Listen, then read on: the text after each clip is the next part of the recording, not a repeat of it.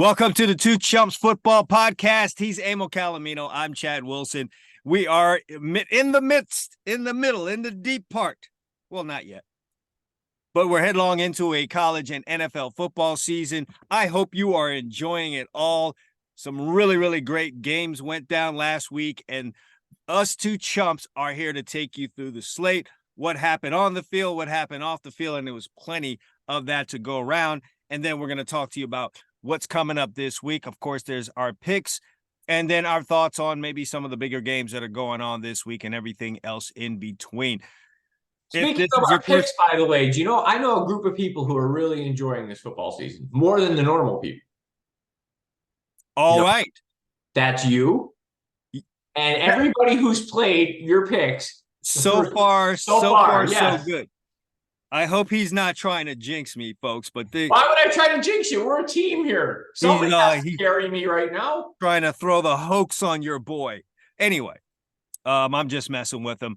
Yeah, I'm doing well so far. We'll see if that thing can last. I'm seeing the games. I'm seeing the game right. Unlike Zach Wilson and Justin Fields, we'll get into that on the show. Dion keeps getting asked about this 5-star. I want to touch on that. It's irritating me. There's this fun coach in the SEC that everyone likes. I just don't think he's ever going to raise a trophy. No. That's coming up on the show. What is going on in Mile High? We need to talk about that. Of course, there was that big college football game that happened in Oregon between some Ducks and some Buffaloes, and a lot of stuff that came out of there. You know, both of those animals can lay a pretty big dump. One of them did.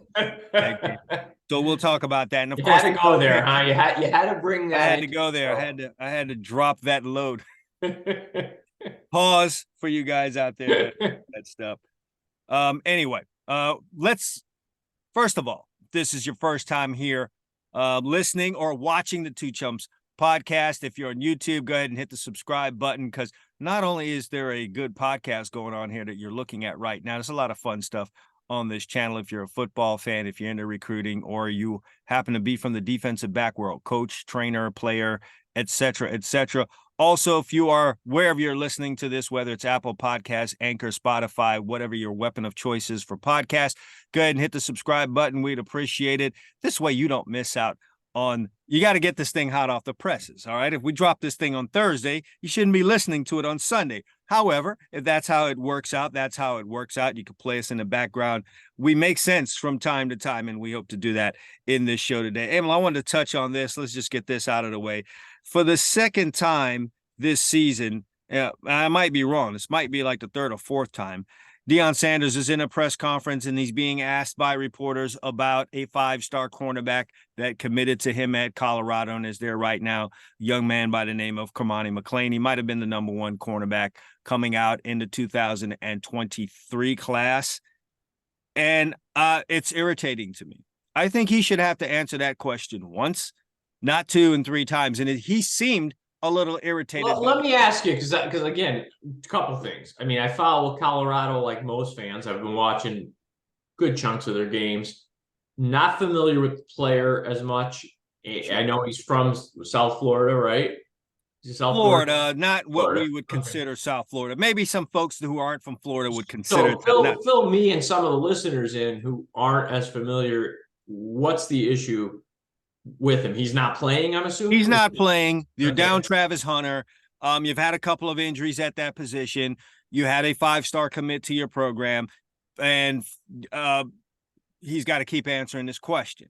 Obviously, the kid's not ready to go because you or some recruiting service or people out there hyped the kid into being a 5-star. He was a 5-star high school football player, and I need people out there listening to understand this.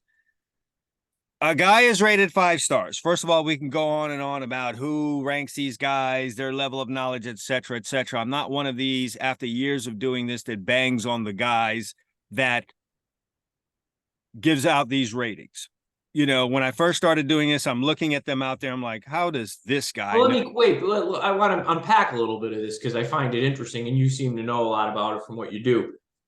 Do you think I'm wrong? Because here's what I kind of think. I think there's certain guys that can't miss. Everybody knows about them. I also think there's guys who are fringe 5-star and fringe 4-star. Like it might be a 3-star, they become a 4, and a 4 becomes a 5.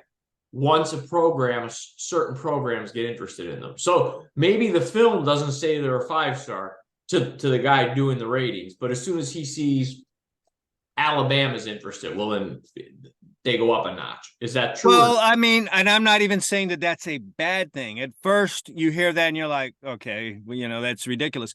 However, that's Nick Saban. That's Kirby Smart. That's Urban Meyer when he was coaching. No, so I'm just saying, you think that part of this is gauged by if they're interested, he must be good. Oh, perhaps. But, Yeah. again, getting back to these reporters, when I first started doing this and I'm looking at him like, this guy's never played football a day in his life. Right. At best, he did JV. That's not all of them. There's some guys that played for real. But over the years, I realized these are the guys that see these players the most. And they do have a level of expertise there because I may know more about football than one of these reporters. However, where they exceed me is in the amount of times that they've seen this player, the amount of information that they have on the player. So it's not even about that. I'm going to just say this. When you rank a guy 5 stars in high school, it's because he probably has 5-star traits. And he may have made a tremendous amount of plays on a high school football field. That does not mean that young man is ready to play day one or year one when he gets on campus. There may be some things that he needs to work on. And in this particular case, that is what Deion is saying for the second, third, fourth time already, is that he has not demonstrated yet his ability to prepare to play. And I totally get what Deion is saying. This is a guy that played ball at the highest level. He has a gold jacket, for crying out loud, for playing the very position that this kid. And there's a jump at every level, right? I mean, I'll give you an example. One thing I've noticed with players, and I'll use a guy that I watched only because my team. So I watched, I'll admit, I know only a few of the best players at Miami because I don't follow the recruiting like you would. So last year, there was a 5-star kid that came into SC, a kid named Rayleigh Brown, a running back from California, 5-star. The elite trait he had was speed, track guy. Sure. Not a big guy, 5'10", 180 maybe, I'm guessing. If you look, I don't have the roster in front of me. So I watched him play. They put him in games last year. And I made a comment to a couple of buddies of mine watching a few games. I said, this kid's going to have to learn how to run at the college level or he's not going to make it, right? Because he has that. Sounds to me from his dimensions, he also is going to need to get in the weight room for a little while. Well, but he has this elite track speed. And as you know, in high school, right? Even if you play at the best high schools, like your guys down there, Southern California, you're still going to be able to run away from most high school players around a corner. You're going to be able to run with the ball differently than in college. Same way in college, you can run differently than in the NFL. So this kid always wanted to go this way, sideways, to get away. Sure. And it doesn't work as much. He's not playing this year. And they keep asking our coach about him, and he keeps saying he's a good player. He's getting there, but we have a lot of good. He's made the comment even. We have a lot of good players here. I don't know why, man, but that kind of stuff just really irks me. If this is the coach, this is the staff that's seeing the kid every day. They're with him every day. They see him on the practice field. They see what he does in terms of preparing, watching film, et cetera, et cetera.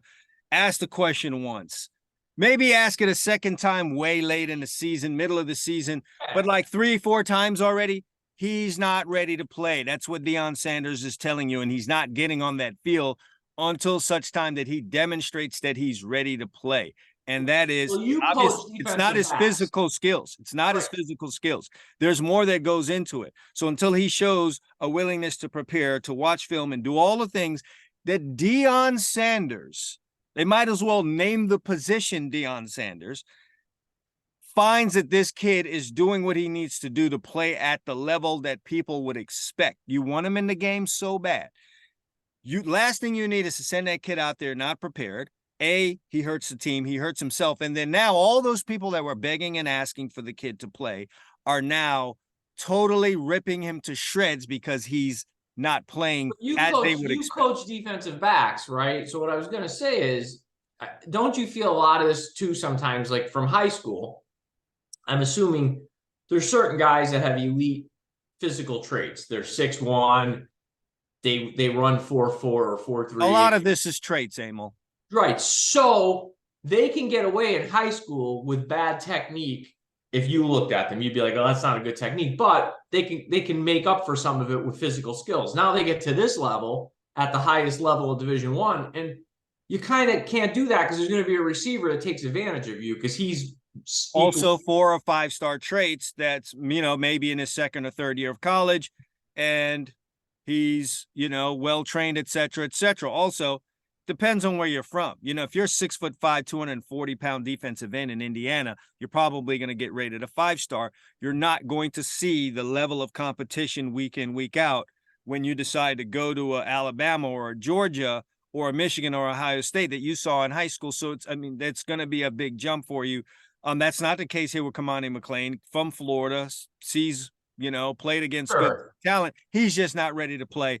I don't want to go too long on this, but it's just I know for the recruitniks out there, it's just really irritating to me. And people will push an agenda when it comes to these 5-stars.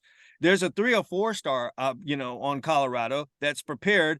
That's probably just as good. They're playing. And if they're playing, why is there this push to have the 5-star? Well, I think you have too much. You have too much coach in you, and I have more fan in me, so I can tell you from the fan side. Fans, many of them, tend to get, no matter what the sport, very enamored with measurable things because it's what they understand. Okay, it's no different than you watch a lot of baseball. Baseball announcers, especially guys who didn't play, even good ones, they're enamored with radar guns. Oh boy, he hit 98 there. Guess it's quantitative and it's quantitative, and they can understand 98's really fast. But to the guy sitting next to him in the booth, he knows that if he knows 98's coming, he's going to turn it around. Yeah, it goes out just as fast as it comes in. So, it's a little irking to me. And then I guess I see how that can cause there's politics and agendas. You feel this pressure to play a kid over another guy that's probably better than him, that's not ranked 3 or 4-star, and that kid's got to wait, or that kid's dreams put aside, or his hard work is not as recognized because the 5-star has to play because that's what the fans want. And yeah, I get it. Fans make this thing go round. They buy the jerseys, they buy the TV packages. They're there at the games, but you can't have them control what you're doing in your program to that extent. He'll play when he's ready. Deion's not going to care about that. Let's stay on that game since you've already brought it up, and a lot of stuff happened in that game. Oregon put it to Colorado. Now, I'm not sure that should be that surprising. The fans, the people they elevated Colorado quickly, and now they enjoy tearing them down. There's a lot of people that this is classic America, classic media, yes. classic social media. It's fun taking them up the ladder. It's more fun pulling them back down the ladder. The lines makers told you that on paper, Oregon was a significantly better team going into the game. Now, that doesn't have to play out that way, but they told you quantitatively, again, looking at these rosters, we see a large separation between these teams. So I'm not sure why there's all that hate out there, number one. Because, Emil, Colorado has dominated the airwaves. They have completely overtaken social media. If it's not Deion, it's Shedeur. If it's not Shedeur, it's Travis Hunter. If it's not those two guys, it's Shiloh. People are just overwhelmed by it, and then there's a lot of haters out there. But this isn't about Colorado. Let's face it. The attention comes because Deion is a master marketer. That's why he's on Aflac commercials, because people like Deion. His entire family is doing a KFC commercial during. Yeah, but he's always that goes back to his day. Listen. You know what? I became a fan. I watched him in college, and I remember the NFL draft. Okay, and when he got taken by the Falcons, and I'm paraphrasing, right? He comes out, I only watched the kid in college. He's about my age, right? Yeah. And he sits there, and the guy doing the draft goes, there was a chance that the Lions were going to take you. And Deion says something to the effect, man, the Lions didn't have enough money to put me on layaway. Right. Yeah. If I would have asked for so much money, they would have to put me on layaway. Yes. Yeah, something like that. Look, I knew all things Dion. Obviously, I was a cornerback because of Dion. I wanted to be a running back big time. You know who my guy was when I was growing up. It was Eric Dickerson, running back. They scored touchdowns, etc. Who plays cornerback? Who does that? Who plays that position? I don't really know people there. And then along comes this guy with all the pizzazz and jazz and showed you that you can have fun playing there too. So he's taken that now to this part of his life and career. And it's too much for some people. And in this era where everyone has an opinion, and I've been on this kick lately, Emil, on my social media, especially Twitter, on just picking people out and be like, why do you comment on football? You don't watch it. What's Twitter? You mean X? Well, X, whatever the hell. Isn't that like when Prince changed his name to a symbol or not something? calling that damn thing X. Okay. It's Twitter till I die. Okay, well, let me here's what I found irksome. Emil, you tell me this though. Why do fans, I'm not even saying fans, why do people comment on football when they don't really watch it?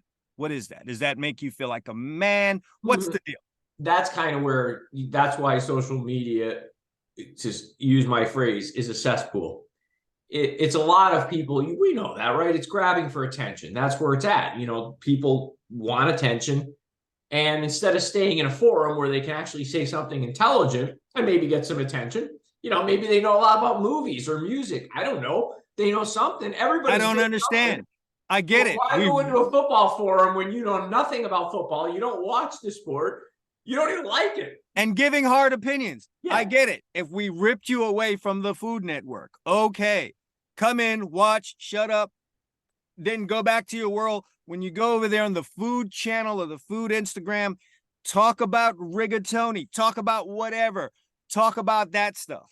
Give a strong opinion there because that's where your expertise lies. But man, to come into this arena, you have to be some kind of a fool because football fans are football fans. And if they've been watching it for a while, then they're experts on players. And if they've played it and coached it like myself, then you're an expert on technique and schemes and just what it's like to play the game. To come into that arena as a casual and give a strong opinion. I'll give you for instance, there was a video out there of Shiloh Sanders, who is the safety Sanders. Yes. Talking crazy trash before the game against Oregon. Emil, this is standard behavior. I was a talker on the field. I played at the University of Miami, for crying out loud. We talked. This is nothing out of the world. Anyway, there's a video of it, everything that he's saying. I'm not blown away by it. Anyway, someone comes in there and makes a comment. Unbelievable that the quarterback and the leader of the team. Okay. First you don't even know, right? First of all, it's not the quarterback. Okay. Safeties talk shit. It's what they do. They got to go out there and hit people. Maybe a quarterback doesn't because he might get blindsided. And and it's like there's all these comments every week, Emil, and I'm just like, enough already. Do you remember the famous John Kerry when he ran for president? Yes. He was trying to make himself a common guy. Now, the whole Swift boat thing. For folks out there who don't follow politics, John Kerry married into the Hines family, the widow of Senator John Hines. So John Kerry's worth quite a bit of money. So he's trying to say how much he enjoyed the Boston Red Sox. And he said, I love Manny Ortiz. Wow. Manny Ortiz. Is that like a Mexican wrestler from the AWA? It sounded like a place I got a burrito in college. Holy crap. Yeah, like, come on already with the whole... Don't try. Like, listen, my whole thing is I find, I use this in business all the time. The smartest people that you'll be around are people that know what they don't know. That's a sign of intelligence. Knowing what you don't know is actually a sign of intelligence. And you ask somebody who does know and you vet them and you're like, okay, that person kind of like I ask you questions because I'll admit you know more about football than me. And I know quite a bit for the average fan, but you know more. Like I'll ask you little questions about things because you know you have a better level of expertise. This is how you improve your knowledge on things. Right. I mean, you know, my cousin's a doctor, very intelligent, did a lot of years of school. He asked me stuff about football. In return, I ask him stuff about the body and health, et cetera, et cetera. I'll be damned if I go in there and tell my cousin what's up with surgery. Like, I'm not giving my strong opinion. It'll be like you skipped those 12 years of schooling, huh? You're way over your skis, Chad. Pull back. All right. So yeah, that kind of stuff. No, but I mean, I'll tell you what irked me in this whole game, and I I know you're probably gonna have a little bit of different take on it, but I know Dion does a lot, and it's filmed. I get it, and then that's the nature. Everything is filmed, but he doesn't pretend that he didn't intend for it to be filmed. I mean, he was like, yeah, I know what he said. What I didn't care for with the Oregon coach Lanning was, fine, you want to jack your team up before the game. That's your job. I get it. I don't care what, they beat them 42-6. He did a good job. But don't pretend like we don't talk. We go out there. ESPN or whoever, I think ESPN did the game. Whoever was in there, ABC, ESPN, they were filming you. And you were basically sending a message out to Dion. So just say, this is my message back. But don't, make it like we don't do that. All right, I'm going to give you a coach/player perspective on this. We're in an era where cameras are in the locker room. This we would not ever dream of happening in my day. But I will say this, when it comes time to give a speech to get your team fired up, to get a group of men in helmets and shoulder pads jacked up and ready to run out of a tunnel in front of 80-something thousand people and slam into some other guys and put them on their backs who also have helmets and shoulder pads on and been lifting since January, you will say almost anything. And at some point through that week, a good coach finds that hot button, finds that thing that's going to rise that player out of the seat, so to speak, and get him out onto that field to get at least a fast start. Let's be honest, pregame speeches last all of 5 minutes. If you're on that kickoff team, it might last all of 10 seconds. What John Madden said, they last until somebody hits you in the mouth. Until the person that's got L5 comes across the field and finds you and you didn't see him. And then we're in a football game now. So you're going to say what you need to say. I know to a core, Dan Lanning knows that there's a big media element that's growing in the game of football. And I, to some level, feel like he probably respects Deion Sanders in that regard and what he has been able to do from a media standpoint with Colorado and pull them out of the depths and darkness of college football. And a part of him realizes, I don't have that ability. And right now, believe it or not, Oregon, school of 100 different uniform combinations, can't match that. So how do I defeat that beast for my kids that are going to run out on the field? I diminish it by my pregame speech in the way that he said. I think that was all theatrics. It is all. And I'm not losing any sleep over it. It was just one of those. No, but of course the casuals came in there. No. Now, another game that Saturday, by the way, for you, I told you before the week started, Saturday was my day last week. Yes. Sunday, I only unfortunately watched the Cowboy game, which you did too, in person. We'll get to that. But Saturday, I started at noon, and I'm not kidding you, folks. I finished at 2:10 in the morning. Okay. Wow. Well, look, I'm going to tell you what was fortunate for me is we went out to Arizona Friday. Yeah. For the Cowboys Arizona Cardinals game. And so I had the pleasure of having that first game kick off at 9 a.m. Sure. And you were done if you stayed with it all day, you're done at 11. You can actually get to bed. Yes. I wasn't in a situation where I could park myself in one spot. But I was mobile. I started at home. Then I said to my wife, hey, why don't we grab something to eat? I went over to a sports bar for a while. I was all over. Well, you're a good man. There was probably men across the country who had their dinner and lunch and breakfast slid under. I was like dog crap. I was all over, but I was in front of a TV. No, these are the weekends you live for. I actually did park myself in a hotel lobby, something I don't really ever do. Sure. But we're in a nice hotel out there in Arizona. And we sat there for the 9 a.m. game, for the 12 o'clock game for you folks on the East Coast. So we watched the Clemson Florida State game all the way through, and then a half of Oregon Colorado game, moved around. And this is a plug for YouTube TV, which, by the way, my man Emil here is the one fantastic with the 4. You're going to talk about yeah, one of the best purchases. Oh, Not my just God. for that though, Emil. It's like I can pick up and leave, and I could have the game on my phone in the car. Never been able to do that before. So listen, if you're still out there messing around with Comcast or Spectrum or any of these other cable companies, leave them right now like a bad girlfriend. Get yourself some. And we don't even get, I keep saying this every show, we don't even get money from them. We don't, No. but it's just I mean, a really it's good phenomenal. product. The whole, don't you like the whole setup? Just, I mean, they have the one channel, you can pick from several. They give you a box of 4 games, and they have several 4 gamers. You can pick which one you want to watch your 4 games.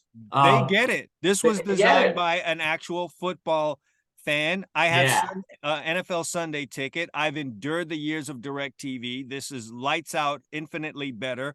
So yes, they're not a sponsor. And the pricing is great. I mean, with your taxes, it's the best part. $77 a month. Yeah, best part. And they gave great deals on the Sunday ticket. Yeah. So yeah, deep plug for this. You guys, if you're a football fan, go get YouTube TV if you don't have it. Good stuff. And it's solid as far as your connection. And, you know, I know we're getting a little technical here, but you don't get a lot of buffering typically. If you have good internet, solid cable internet, you're going to like it. I really enjoyed the Florida State Clemson game. That was a good ball game. And I'll tell you, from my seat, Dabo Swinney either is going to have to start adapting, or Clemson's going to become the team they were when you and I were younger, which was 7-5, 8-4, going to the Blue Bonnet Bowl. For that, I don't even think they did have 1981. That's it. But Clemson, for all the history of Clemson football, what people don't realize is they had 1981. They had not much before it, not much after it until he got there, and they had the 2 championships. And they were the typical 7-5, 8-4. A lot of guys in the NFL over the years, but they were just never, you know, consistently great until recently. College football has a graveyard of programs that fail to adapt when big swings happened. And, you know, my school, University of Miami, suffered that. We seem to be coming out of it now. But there, you know, at certain points in college football, there's a major swing. And if you don't adapt and move with the times, you can get left. You know, the whole thing with facilities, we were very slow on that. Trying to get it on, we'll probably never be able to get that. But, you know, stadiums, things like that, we were slow on that. You've taken me when I've been down there to your campus. And I'm trying. There's no room. Yeah, there's no room. There's no room. And everything's historical and Coral Gables. You're not going to put. You can't even knock out a bus bench without getting a letter. So that's the situation. But then we were slow on the whole recruiting thing. What I'm seeing now with Dabo Swinney is an inability or an unwillingness to adapt to the transfer portal and the NIL, and that's what's running college football right now. And they're going to get left behind. They're just simply going to get left. And just some of the, you know, obviously, in retrospect, it's always easy to question, but there was, even as the game was going on toward the end of the ball game, I mean, Florida State made a big play defensively that kind of shifted that game, with Clemson driving and a 7-point lead down around the Florida State 35 yard line. The kid from Florida State came around the corner, hit the quarterback straight on, fumble, scoop, pick 6, ties that ball game. But Clemson had a chance to win the game. They did. And for folks out there to understand, Clemson was using a kicker that basically was hanging out on a beach, had been on the team. Well, the kid had moved on to another career. Yeah, left. I felt bad for him, Emil. Yeah, no, I did too. I'm not criticizing the kid. Dabo brought him back, you know. So I'm always dubious in general of leaving the game to the kicker, especially in college. Oh, for sure. Even in the pros. The pros, most of the time, if you have a good kicker from 40 yards in, it's generally pretty automatic. Not always, but pretty automatic. College is an adventure. I don't care how far the field goal is. Yes. Nothing is for sure in a college kicker. And at the end of that ball game, he has a kid that he just literally pulled off the street, essentially, and left that game in his hands with his play calling, basically setting up for the field goal. To me, that's crazy. Yeah, I'm playing like if it ended up happening that way, okay. Hey, but to position yourself for that, to put that particular player who'd been off the grid in that situation was kind of wild to me. Yeah, I thought that was crazy, and I think Florida State. The last couple weeks, there's some questions. That was a big win. It wasn't dominating. And the week before, I think they just got caught in a look-ahead situation. We talked about that last week against Boston College. I mean, listen, Florida State's not a slam dunk. The rest of their schedule's tough. I think Miami, I'm hoping things continue there, and I'm hoping That's game, shaping up to be a big game. A kind of the way it used to be game. Yes. I'm looking forward to that for sure. Yeah, me too. Now, the other game I obviously have to talk about is the Ohio State Notre Dame game. Yes. That was an old school, we're defensive struggle, something you don't see very often anymore. It was, but can I be an old man for a second? Yeah. I was sitting there watching that game and just really missing the days of the natural grass. Oh, yeah. The white stripes in the end zone. Yeah. The not so bright lights, and just like feeling like the crowd was on top of that field, and Lou Holtz, who's going to be a part of what we talk about here, patrolling the sidelines. Just something was missing there. I think I agree. I like the grass at Notre Dame, but I think the real issue there, and if you remember when they still had the grass, which wasn't that long ago, they're fine until like mid to back half of October there. Right. But that grass surface, for some reason, in that stadium from the end of October into November, it was a bad track. I mean, they were playing.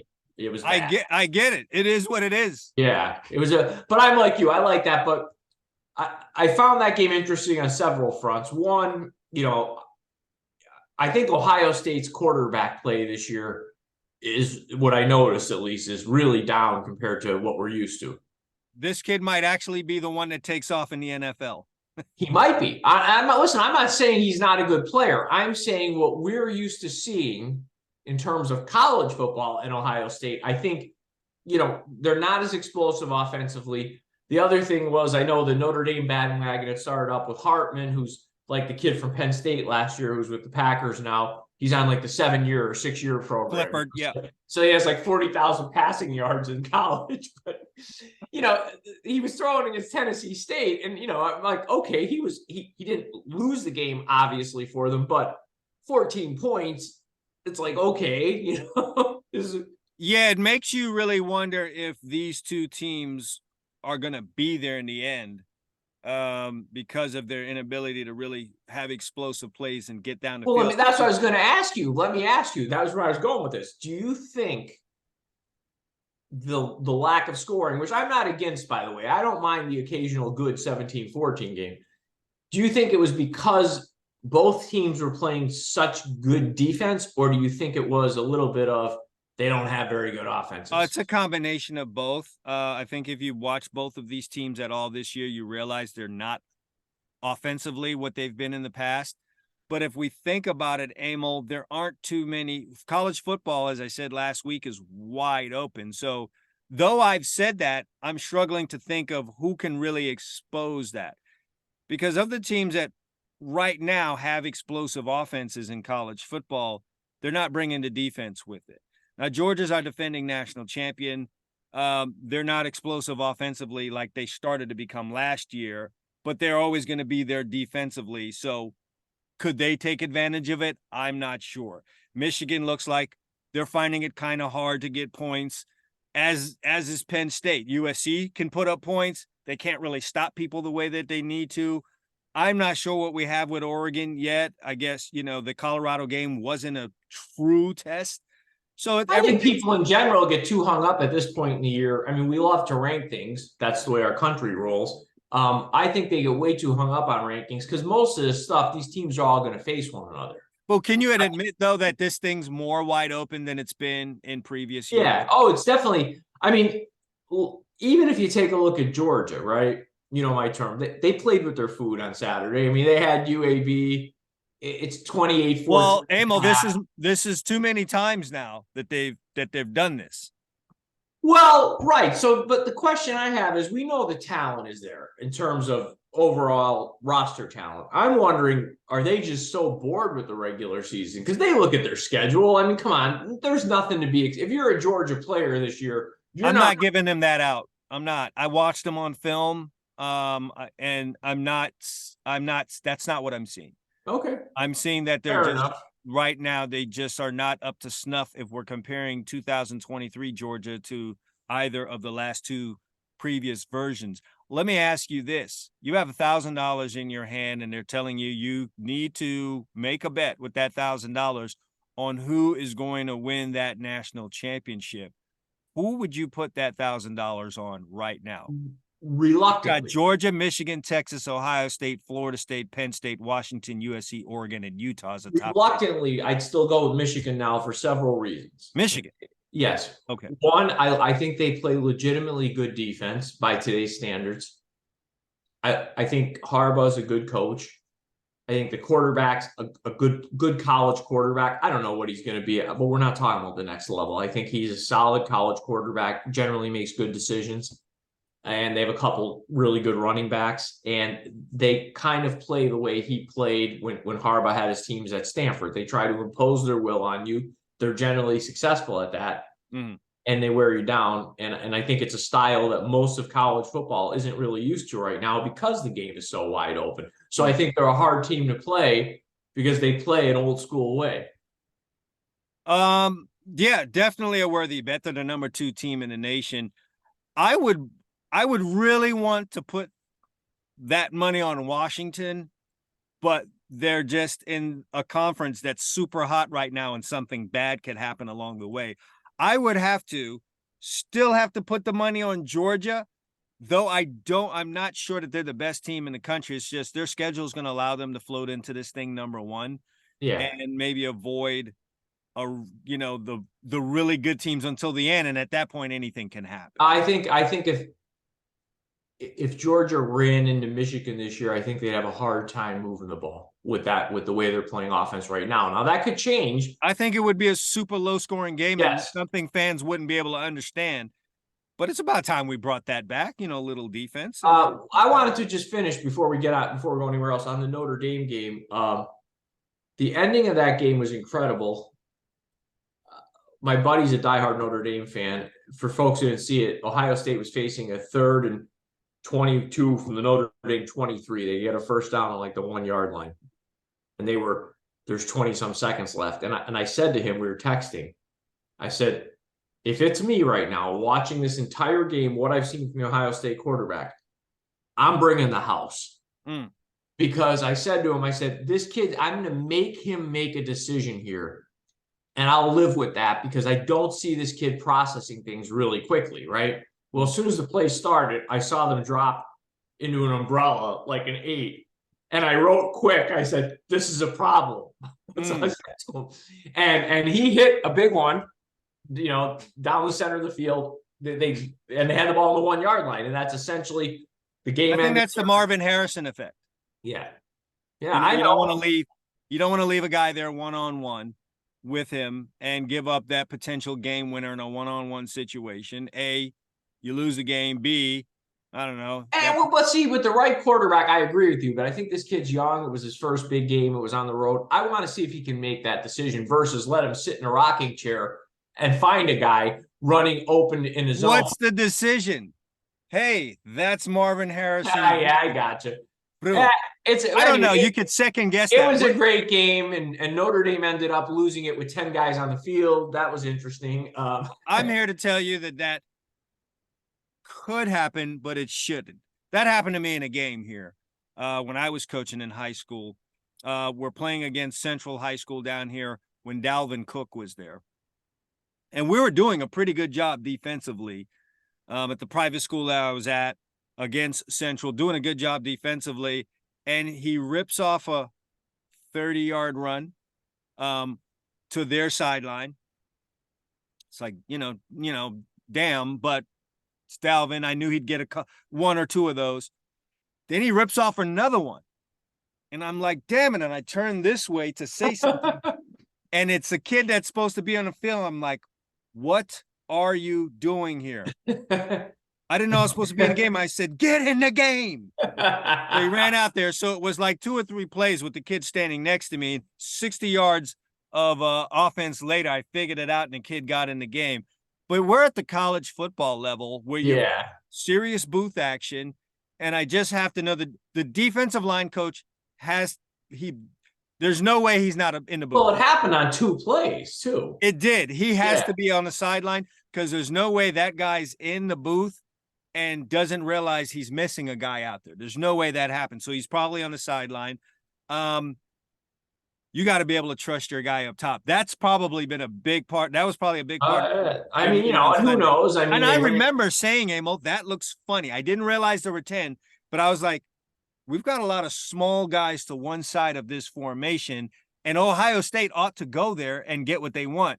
I didn't realize it was 10 guys on the field. 10 or not, when they had the first, there's 2 plays with 7 seconds left. The first play was a pass that left 3 seconds. So obviously that's going to be the last play of the game. And I thought to myself from the one, if I'm losing this game, I'm going to try to run. I didn't even, 10 guys or not, I'm trying to run some sort of read option and run the ball in because I hate trying to pass. Why? Because you thought of the Seattle Seahawks versus the Patriots? I just hate, I'm one of these people, maybe it's the old school in me. I hate trying to pass from the 1 and 2 yard line. I just think runs can get stuffed, right? Pardon me? Run plays can get stuffed. It happens. Oh, I understand completely. I'm not saying they can't. What I'm saying is I always find it very difficult. It just seems to pass down there unless you get some sort of rub route and like Clemson did. I would have to have such a good quarterback.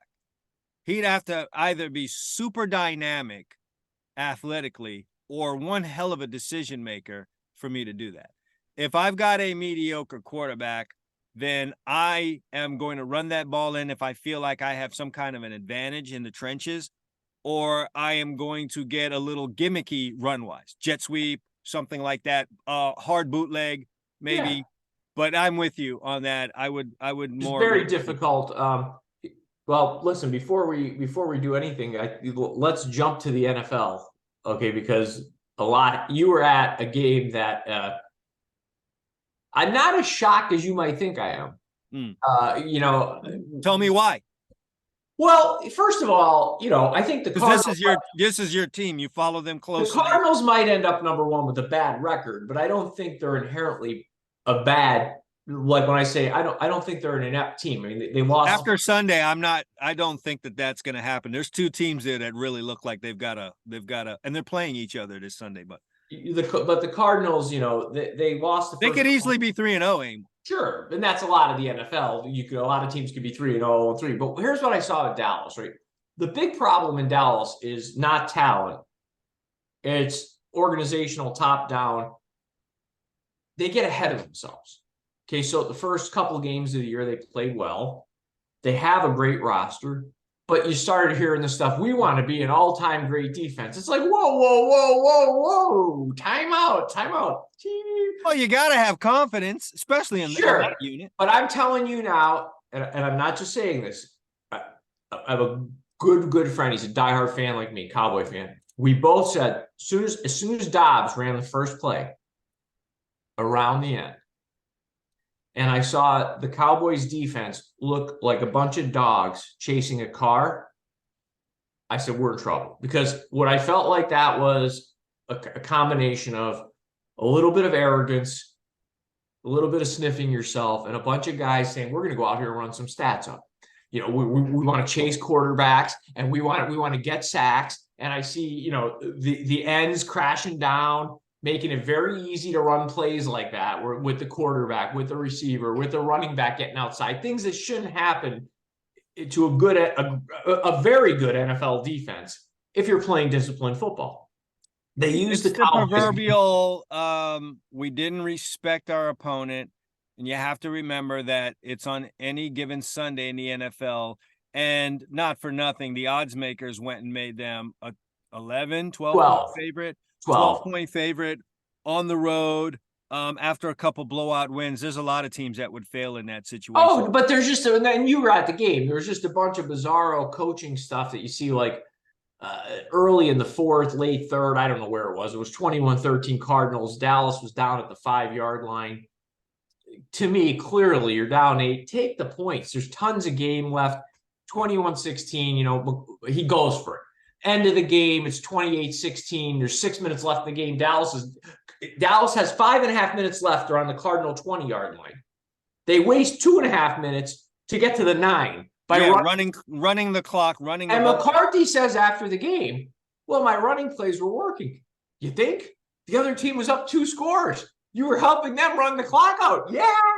I think he gets caught in between the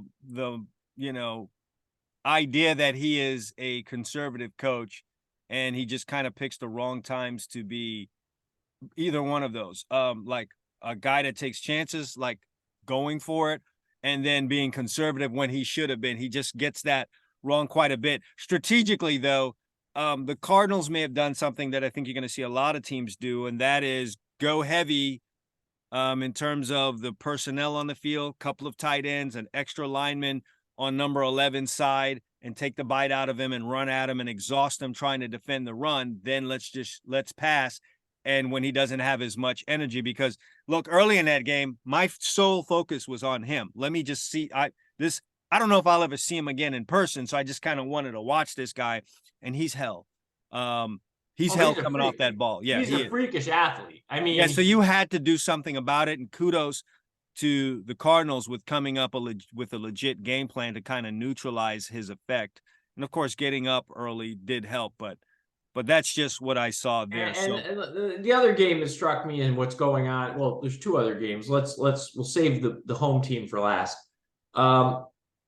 The Jets, how a season could go from what they started with in terms of expectations in New York around the Jets to what it's at only 3 weeks in.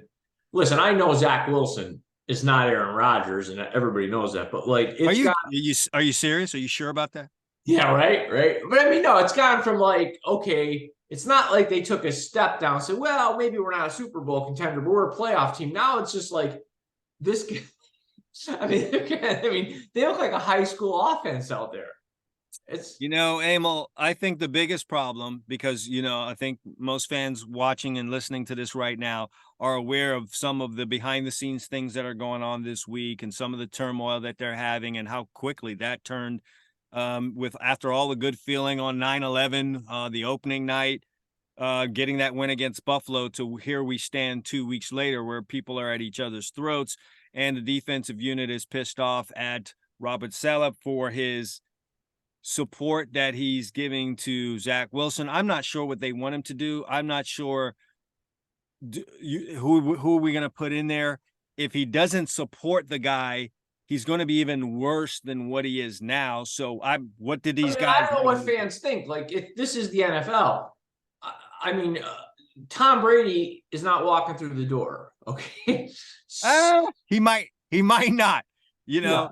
but what I mean. It's just, you don't find teams without quarterbacks try like hell every year to find one in the draft. Okay.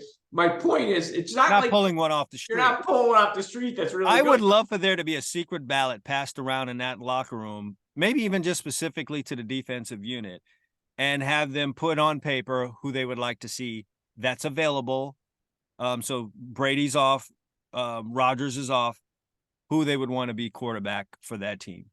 I would love to hear the names. Listen, that can get, if they don't do something, that can get ugly quickly because the defense it's going to get ugly, Emil. And this really boils down to expectations. In any other given year, if you were told, if you could see throughout OTAs, throughout fall camp and pre-season games that Zach Wilson's your guy, you can mentally prepare for that. But all this time, you had Aaron Rodgers, you had plans in your mind, how your ring was going to look, everything that you're going to do, and then it all goes up in smoke in the first series of the season, and now you got this guy back again. So I think they're struggling with expectations. And Emil, Zach Wilson, Justin Fields, here's the problem that I see with these guys, because I really wanted to just crack open the film and watch it. Mm-hmm. Both of these, I'm not sure why this is happening to Zach Wilson. I have an idea of why it's happening to Justin Fields. They just won't make the throw, Emil. I think Justin Fields is used to his receiver having 2 steps on a guy. And you really just have to realize that in this league, if you see a guy's numbers, throw the ball. If it's a play down the field and the receivers, even with the DB, throw the football. I think he's waiting for guys to be wide open, and it's just. Oh, what you're really just saying is he's not seeing it. I mean, he's not. He's seeing it. He's not trusting it is what the Yeah. problem is. And the fact that he's able to run is creating a problem for him in his mind. Do I squeeze this ball in right here, or can I just take off and run? Almost like if he didn't have that mobility, he would be more willing to say, hey, let me try and throw this thing in here to DJ Moore and see if he can make a great Think catch. about what they're asking him to do is against all his instincts for until he was 21 years old. I mean, he played in a system at Ohio State where he did have the best wide receivers, and they usually did have a couple steps on a guy. And if they didn't, he had phenomenal physical ability, and he could run with the football, and he would, and it worked. And now you're in a league where, just like we talked about in the previous segment, where you step up from high school to college and the speed changes, goes to the NFL, and there are guys like Michael Parsons out there who do run 4.4 and are 255 pounds. Yeah, Emil, give me the quarterback from Purdue. Give me the quarterback from Northwestern, from Iowa, from Indiana, who didn't have those 4- and 5-star guys out there and found a way to get it done. If you give me a 3-year starter from Purdue who put up 2,000-3,000 yards, I'll take that guy over. He played a career with guys at his feet, almost sacking him and throwing into tight windows. And throwing into tight windows and in tight coverage, because that's what the next level is.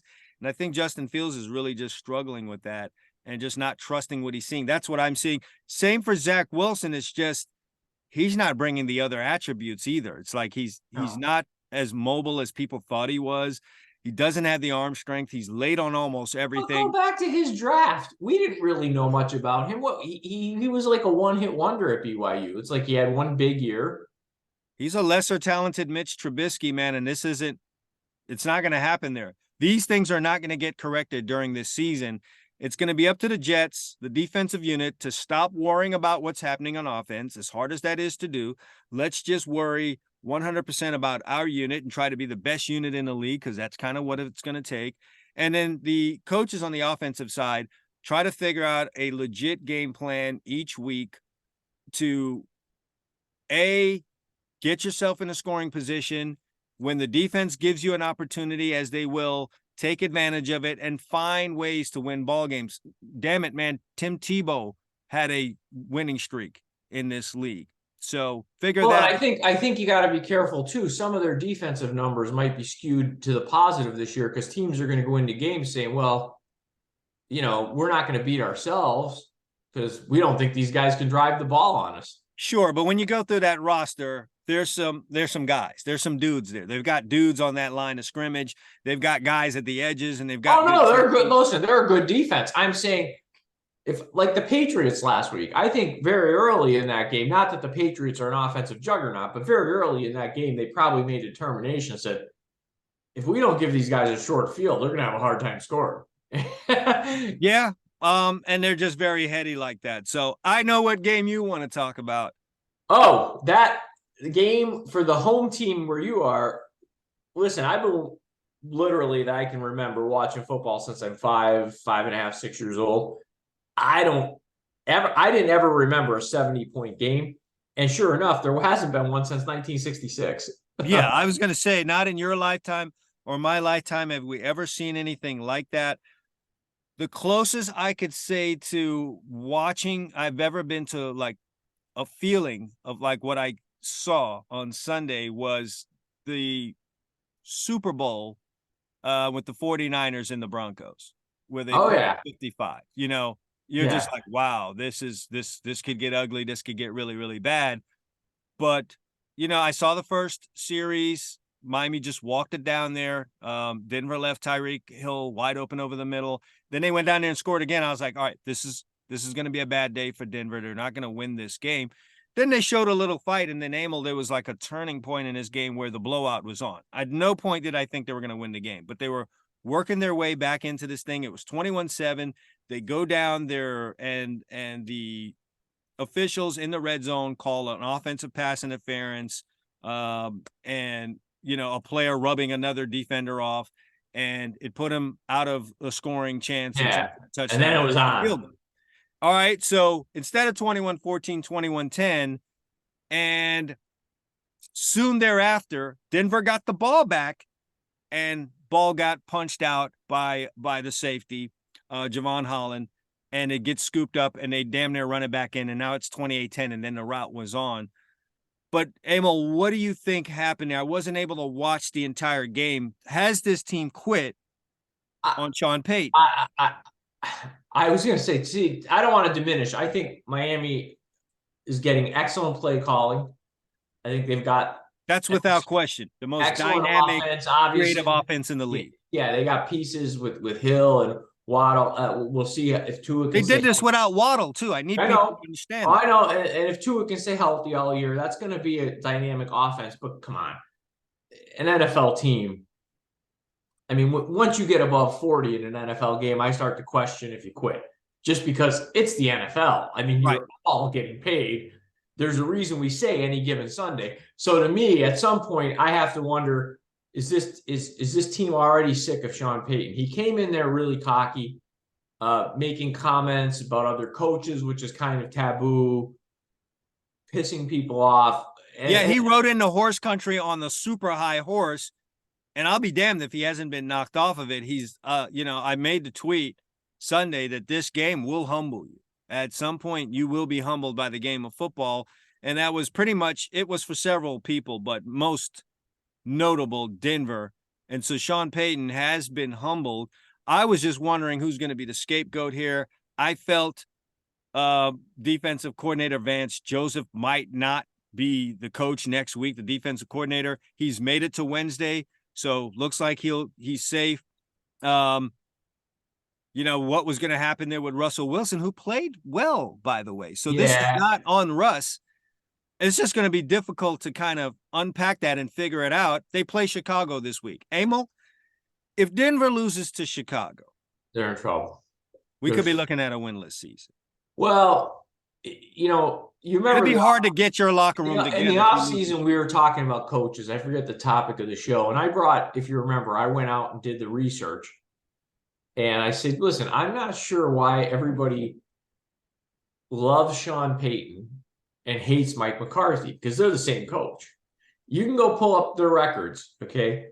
Almost identical regular season records, almost identical playoff records. Both guys had a first ballot Hall of Fame quarterback and only won one Super Bowl with him. And I think both only got to one. Did the Saints? Yeah, I don't remember the Saints. They were in the one.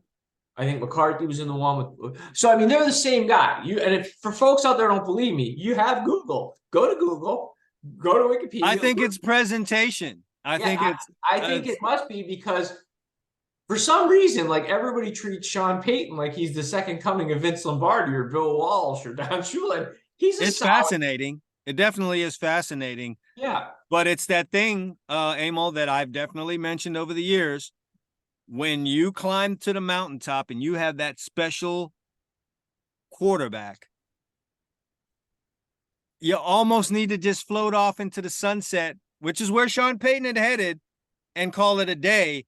But there's just that thing inside of a coach, player, that competitive thing to say, hey, I want to show everyone that I could do it again with another guy. And by golly, is he being tested on? I mean, you're pretty much right. I mean, if you go back historically and look at all the greats, very few had a second act. You know, I mean, like even Coach Landry, right at the end, Staubach was done. You know, he got to a few NFC Championship games with Danny White, but he couldn't get back there, and then it all went south. You know? Yeah, who's done this with two different guys? I mean, we could do the research one day, but I mean, Parcells made the Super Bowl with the Giants and then got back there with the Patriots and lost, but he did get back there. And and it really wasn't about his quarterback. No, I'm not saying it. I'm saying it's very hard, like you're saying. It's just like the college game. When you win a national championship at a school with the all-time great quarterback, it's best to go to a different. Right off. Yeah, right. Get on your horse and get out of town. Get out of town. Or do what Dr. Bruce Banner would do after he turned into the Hulk and ripped up the whole town. Put the bag over your shoulder and walk out of town, catch the Greyhound and leave. But Sean Payton, he's in trouble there. And, I don't know enough about Denver's cap dynamics. I could look it up. But, for the amount of guaranteed money Russ got, I mean, I think they're pretty much stuck with him for a couple more years. I don't think they could. I think there's a deep locker room culture, something issue there that they've got to get solved. Emil, this is a big showdown on Sunday. Oh no, it's an interesting game because again, if they this lose, is a showdown, man. yeah, if they lose, you start to wonder. I mean, there's only so many teams, I think, on the level of what the Bears are, where you could say there's a win out there. Yeah. But even the Texans, for CJ Stroud is balling down there. He is. I've been impressed, up until maybe last week. I felt like Anthony Richardson had shown the most to me out of the rookie quarterbacks. But, with Richardson out and CJ Stroud doing what he's done the last 2 weeks, very impressive going into Jacksonville and playing that way. I'd have to say he's the best of those guys right now. So what I like to see though is, and I'm sure you do too, because it's the nature of sports, especially at this level. The league is going to adjust on these guys. They will. And how are they going to? It's no different than baseball. They're going to find the hole in your swing. The pitcher is going to adjust after they get enough at bats and film on you. It's going to be, what adjustment do you make back? And none of these guys are playing with elite talent around them. So that's going to be an issue. All right. We need to do some picks for that. We're going to head back to college football. Talk about last week, and let's get into this. Yeah, you want to talk. Well, last week was finally a winning week for me too, but we'll start with That's your starter, man. That's how you get my going. Starter. I told folks I will get my act together, and I started last week. You again were 3-0. Feeling it, my man. Yes, you're 10-2 on the year in college. By the way, you had Florida State minus 2.5. Had to sweat that a little bit. You had to sweat it, but hey, it's a winner. A good pick that you found. You just dug into the Big 12 and found Iowa State for us minus 3.5. They won by 7. I felt they controlled the parts of that game. I saw flipping through channels. I saw a little bit of it and saw the score. They pretty much had good control over most of that game. And then finally, you had a big winner with A&M in the SEC, giving 7.5 to Auburn. That, I think, 27-10. Do I have the score? Yeah, right? well, that one was probably the easiest of all of them. Yeah. So. But easy doesn't matter. Hard doesn't matter. All that matters is you cashed 3 tickets if you followed him. He's 3-0. He's 10-2 on the year. Me, I finally had my winning week. I'm going in the right direction. 2-1. Winner on Florida State as well. Easy winner. I gave you Louisville. I told you, listen, BC played their game against Florida State. They did. That was it. Okay. They definitely emptied the tank. They emptied the tank. And then finally, I kind of got caught up a little bit in it. I thought Colorado would put some points up in that game to at least come within that number. And they got smoked. It happens. 2-1. So I'm 5-7 on the year. And it's time to make some picks. You want me to give you mine first? I'm going to go last in the NFL. So how do we want to do this? Then you go first. Go ahead. All right, I'll go first here. I'm going to start off in the very, very competitive Pac-12. What an impressive conference after we've dogged it for the last 3-4 years. It only stands to reason that since they're on their way out the door now, they're doing all this great stuff. But I want to go into the far upper Northwest, and I'm going to back Oregon State here, Emil, in their game against Utah. Utah coming off of a nice, tough win in the conference in Los Angeles, 14-7 over a UCLA team that we're still trying to figure out. We know they're good, but just how good. So good win for Utah. And maybe they might want to let their hair down a little bit. And they're heading to play an Oregon State team that's coming off of a disappointing loss. Now, that game last week, I almost picked Washington State because that's a tough ball game. You're going to play a Washington State team that not a lot of people are talking about, but they're another good team in the conference. And you had this Utah game coming up. Well, you messed around and lost the Washington State game, and Oregon State is a good football team. And there's just something about this line with Oregon State. What's Bovada saying? 3.5 at our sponsor, Bovada. 3.5 you're laying 3.5. I'm laying 3.5. Oregon State coming off of a loss. Utah has his reputation and just won at UCLA. Why is it 3.5?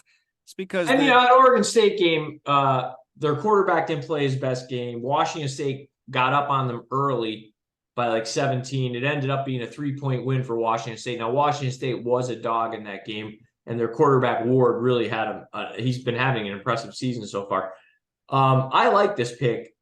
Again, I think Utah is a tough, gritty team. I don't think they were are what they've been the last couple of years. They're I mean, no, Cam Rising or not, I just don't think they're very dynamic offensively. Yeah. And I totally get that. Oregon State's tough. They'll be motivated. They're tough at home. I like them 3.5-point favorites. Okay. I'm going to come all the way back to the East Coast now, going to the ACC.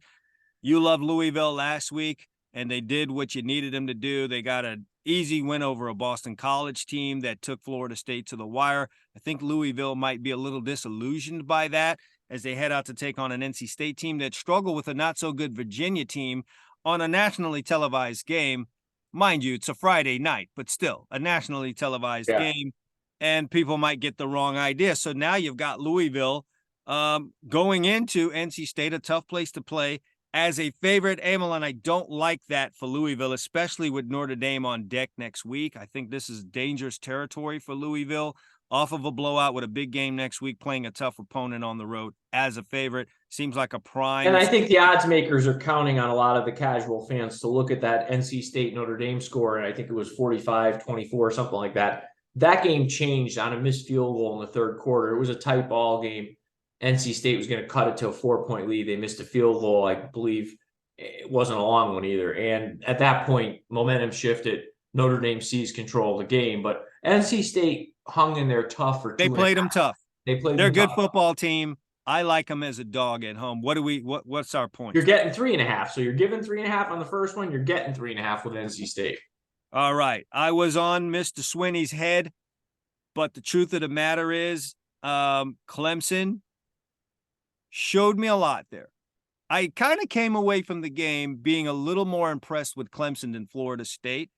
I thought Clemson made a stand there as to like, hey, we're not dead yet. We're not going to give you. Well, I think it's based on expectations. I think Florida State coming off that early win against LSU this year, coming off a poorly played game against BC, I think we all thought they were going to go in there and, really impose their will and put, step on Clemson. And then, like you said, in the end, you kind of came away thinking, Clemson's not a bad team. They played a solid ball game. Sure. I think this would have been a tough game for Clemson had they beat Florida State. Truth of the matter is they lost. This is their second loss already on the season. Emil, Clemson can't go 2-3 at the hands of Syracuse. They just can't. There'll be bedlam in that locker room, in that town. It'll be just too much. So here we are, week 5 in the college football season, and Clemson is faced with a must-win situation against a Syracuse team that's on the rise. But, Emil, they're in no way, shape, or form ready for a highly motivated Clemson team coming to town. I think Clemson gets right here. I don't know what's going to happen to them with the rest of their season. But off of this loss to Florida State, Syracuse is about to get the best of Clemson can bring to the table, and I just don't think Syracuse got a good line here. Clemson's given 6.5. And, if you remember, I believe last year down at Clemson, Syracuse played them at like a 27-21. Yes. My memory serves me. So they'll be on high alert. That's right. They're on high alert. And I think this is a bad spot for Syracuse. So I like your pick there. I think this is, this Clemson's kind of playing for their season. Their season can go one of two directions. And they can't go 2-3, Emil. No way. That's what I'm saying. You go 2-3, your season's off the rails. Yeah, they're in big trouble. And so is Dabo, by the way. Yeah. Okay, so Chad's giving you Oregon State -3.5. That's a Friday night game. NC State +3.5, and Clemson -6.5. I'll make mine simple. I tend to run in the direction that the average fan is going to run away from. That's kind of the way I like to do it now as we get into the meat of the season. And everybody here knows I'm a USC fan, and I'm going to be rooting for USC. And I can still root for USC, but I'm going to take Colorado in 21.5 points. And I'm going to tell you what. Wow. That's a very hard number for USC to cover in the spot. Several reasons. One, last week, that game's in Oregon. We all know, especially in college football and basketball, home field significantly improves any team with a little bit of talent. Okay, so Colorado's going to have a home crowd. It's a nationally televised game. To cover 21.5 points, you're going to need the same type of offensive output from Colorado. Colorado's got enough players and a good quarterback that I feel they're going to put up some points. Okay. if they put up 24 or 27 points, I mean, I got to think after what happened last week, they're going to play with a pride that does not allow USC to score 50 points. Okay. Right. That's where I'm going here. So I feel like, do I think I'm not going to tell you I think USC is going to lose the game, but do I think this game could be 41-30, 41-28? Yeah, that's what I'm kind of looking for. And I just think 21.5 points is way too many points. Deion will have his kids ready to play, in my opinion. My only concern here is this, and I wouldn't dare touch a Colorado game. I decided after that week 1 21-point upset, I'm not touching Colorado. I'm not messing with Deion and his motivational tactics and his ability to rally these guys. But the one thing I would be concerned with is that if USC is indeed better than Colorado, they are going to have in their head the score of that game last week against Oregon and be thinking about the whole common opponents thing down at the end of the road. And if they are indeed better, making a concerted effort to cover the number. And I hear you there. The only reason I don't think that's as pertinent in this situation is they're going to play Oregon. So none of that's going to matter. At the end, they're going to settle on the field. So, absolutely. So I'm counting on Colorado to show some pride here and play like a team that should be focused this week in practice. USC is still the Alabama of the Pac-12. They get everybody's best shot. They're good now, so they're definitely going to get the best shot. But even when they stunk, they get everybody's best shot. Okay, so can't argue with that. Okay, next, I'm going to take a team I watched last Saturday night against USC. Now, Arizona State's an interesting team. They got shut out by Fresno State. They lost their top 2 quarterbacks in that game. That kind of sent that line up to 35 points because Arizona State's got some guys. They've got some athletes on that team. They have some injuries, but losing 2 quarterbacks in a game is very difficult. But when they played USC, this young coach, he was the Oregon play caller. He's 34 years old. Very impressed with him. I forget his name. I like what he's doing there. He has a starter, Drew Payne, who played at Notre Dame last year. Played well. Okay. He had a whole week to get ready for USC. He got creative. He had a whole week to prepare Payne. They hung around all night. They played inspired football. Granted, USC was sloppy. They made 12 penalties. They turned the ball over. But at the end of the day, they lost 42-28. You're giving me Arizona State with a guy who has got the team now. He's the guy coaching them. He's a young guy. He's fired up. He's getting 12.5 points against Cal. I mean, Cal is a 12.5 point. I mean, Cal may not know what to do with that. Color me silly. I mean, this is Cal. I'm going to take 12.5 points in Arizona State. I think last week's loss, the feistiness they played with can turn that season around now with a new young coach who's motivated, wants to win ball games. Not that every coach doesn't, but he's coaching for something, and he had those kids ready to play. Give me Arizona State plus 12.5. And then finally, Iowa State, you took them last week. I'm going against them this week. All righty. They're going to Oklahoma. And see, Oklahoma is not the normal Oklahoma. Usually they start near the top 10. This year they start at like 20-something, were they even ranked. They've got to start. They got to beat people up. They didn't do that last week. They played a very un-Oklahoma-like offensive game and beat Cincinnati 20-6. But that game was still in the balance early in the fourth quarter. I think they're going to see this number and circle it and say, we got to go out there and cover it and make a statement against an average Iowa State team. This game feels to me like 48-17 Oklahoma. It just feels like they go and throttle Iowa State. I liked Oklahoma coming into the season. I liked what I've seen so far this year, last week notwithstanding. And yeah, I'm with you. They got to start, putting up points and knocking people around. So yeah. What's the number? 19.5.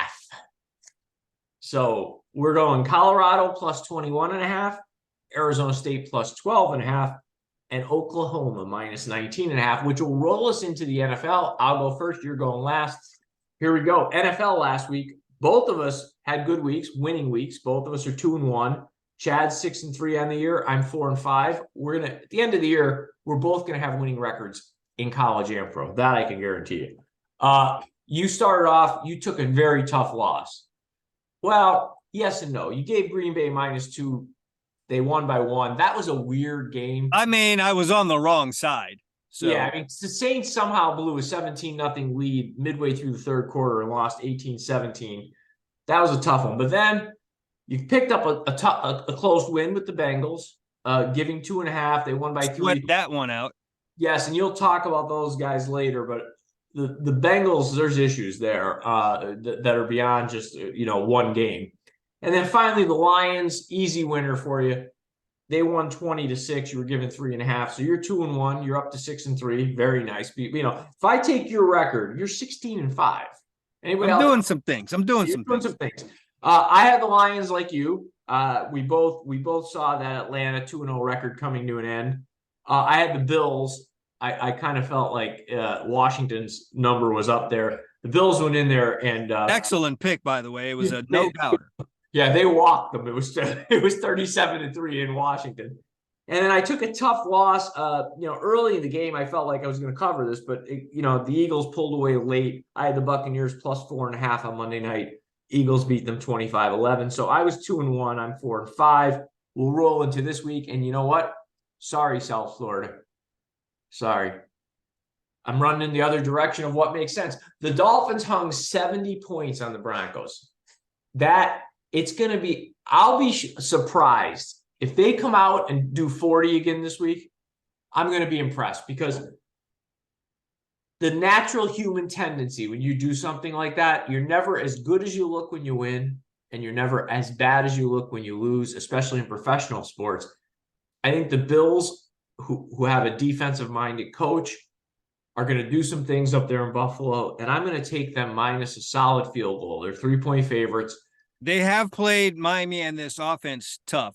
So yeah, and you want to know something? It's the game of the week, though, for sure. The line is saying that the Bills are getting the home field, giving 3. So the odds makers still respect the Bills. They're not falling into that trap of the Dolphins won 70-20. So right. I think the Bills get it done here, and then the Dolphins can exact revenge later in the year. Second pick.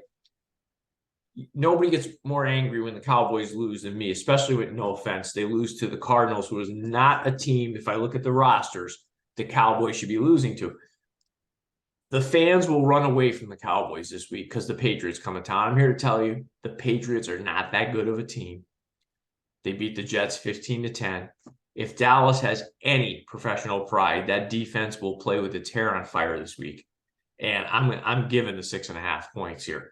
Gladly given the 6.5 points. Dallas should be, if I'm going to be concerned as a Cowboy fan if they don't play well on Sunday. That's a good number. Yeah, it's a good number. And finally, I hate to do it to you, but again, the Cardinals got their win. They're happy. They're a win. Well, I'm not saying they're happy. They're satisfied. They beat a team that was considered a top 3 NFC team. They're feeling good. They're going out to play probably the top team at this point in the NFC. The 49ers, the number's big. It's bloated. It's 14. But San Francisco has just been doing people real good. and this feels like something where they impose their will, beat them up for a while. It might not be crazy, but again, 31-10, that feels good to me. I'm going to lay all 14 points with the 49ers. I'm going to say this to you. I don't obviously pick Cardinals games because it'd be hard for me to be impartial. However, if I just blindly look at this game, I would be highly inclined, my friend, to go against you here. San Francisco's had an easy way going at it. And they've got a showdown with the Cowboys next week. And it would be real easy for them to look past this here, probably put in some Dallas stuff during the Cardinals week, figure out how we're going to stop. And here's why this is where I disagree with you. Even though I know, listen, I would take your position if I was in your position. But when they put the film in to do the Dallas stuff, it's going to have the Cardinals on it beating Dallas. And that might get their attention. I guess we'll have to see. But all right, recapping it: Buffalo -3, Dallas 6.5 favorites, going to lay to 6.5, and the 49ers by 2 touchdowns over the Cardinals. All right, maybe I'm a glutton for punishment, but I just don't see how the Detroit Lions can come into the Green Bay Packers house and be a favorite on the road on a Thursday night game. That's just sacrilegious. Not a believer yet in the Lions, I can tell. I'm a believer in the Lions until the odds makers, as they did a couple of weeks ago, get out over their skis about the Lions. You go making them almost a touchdown favorite against the Seattle Seahawks, who were, as you know, a pretty solid football team last year and look like they'll be good again. And once again, just because Detroit went and beat up on Atlanta last week, you got the balls to make them favorites on the road. Like somewhere, Aaron Rodgers with his foot up is saying, holy crap. Don't you feel Do like I mean that much? Don't you feel like Vegas kind of capitalizes on the casual fan, knowing that it's so hard to recalibrate from Saturday to Sunday? Because in Saturday we look at style points and did you win by 35 when you or did you win by 17? Then you get to Sunday and I think people's brains don't shift gears because every NFL team is going to lose a game or two or three or four. I mean, even the best teams are 14-3. I think, Emil, they're taking advantage of the people we were talking about at the top of this broadcast, which are the casual fans that come in and want to comment about football when they don't really watch it and pay attention. I'm going to take Green Bay as a home dog on a Thursday night home game, for God's sake. You're catching 1.5, so, it doesn't matter. You're just saying they're going to win the game. Yeah, that's how I'm looking at it. All right. Okay. I'm going to take another home team. Emil, I sat there and watched. I flew Southwest back home from Arizona. So, you get to watch some TV. Yeah. So, it was really great to help me with the ride home. I could watch the Monday night football game, and I watched Cincinnati go out and get that win that they needed to get against the Los Angeles Rams. I was not impressed. They've got problems, Emil. They've got problems. They can't run the ball the way they need to. They cannot protect Joe Burrow the way that they need to, and they're not strong enough defensively to balance up what's happening on that offense. So you think Cincinnati's problems really start and end up front? It starts there in the trenches, and then it moves into some other things, which, by the way, Joe Burrow's not playing good football right now. He's missing wide open receivers. There are throws that he ought to be able to make that he's not. He's throwing comeback routes out of bounds. He's one-hopping balls. Maybe the calf's not right. If we want to make excuses for Joe Burrow, whatever the case may be, the results are not good. They struggle to win a game that they absolutely positively had to win against a Rams team that maybe is playing above their head, but they're just not a great football team right now. That's troublesome to me. So now you're sending them on the road, and you're like, oh, okay, they got that win. They're back. Well, now they're road favorites against a Tennessee team that got humiliated last week. And I love Tennessee in this situation, and I love Mike Vrabel, and I love his ability to get his team motivated because you've got these guys coming to town, and I think that defense is going to get after Joe Burrow once again. We may see another game where he's in that first half under 100 yards, and maybe he's thrown a pick or two. Well, we do remember the playoff game that Cincinnati won a couple of years ago on their way to the AFC Championship. When they won a playoff game by 3 points, I think it was, miraculously at Tennessee, as Tennessee sacked Burrow 9 times. Yes. And we could be looking at a similar situation. I think the motivation here is all on Tennessee's side. You've got to respond to the terrible game you played against Cleveland last week. You're at home now against a Cincinnati team that's not running on all cylinders. So what's the number I'm getting? You're getting 2.5 here with Tennessee.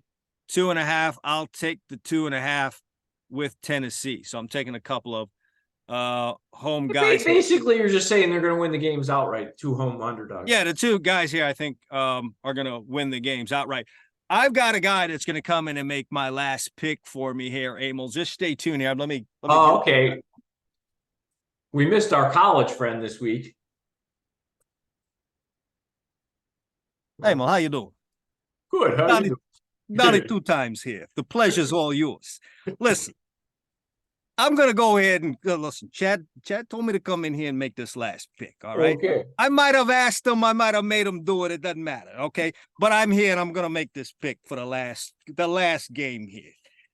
I'm going to head out to Dallas. Now I haven't been out to Dallas since that thing in '63 with Fitzgerald in the convertible, but we're here. We're back again. All right. I think I'm going to do the same thing that you're doing there with the Dallas Cowboys. What's the number again? 6.5. It doesn't matter what the number is, all right? I'm going here with the Dallas Cowboys, and there's just no way in hell. Listen, them Patriots are coming to town. There's no way that these guys are going to lay down on the field after what they did out there in the desert over there with Arizona. All right. Imagine the quarterback What for do the you got in Dallas that Cowboys. book there?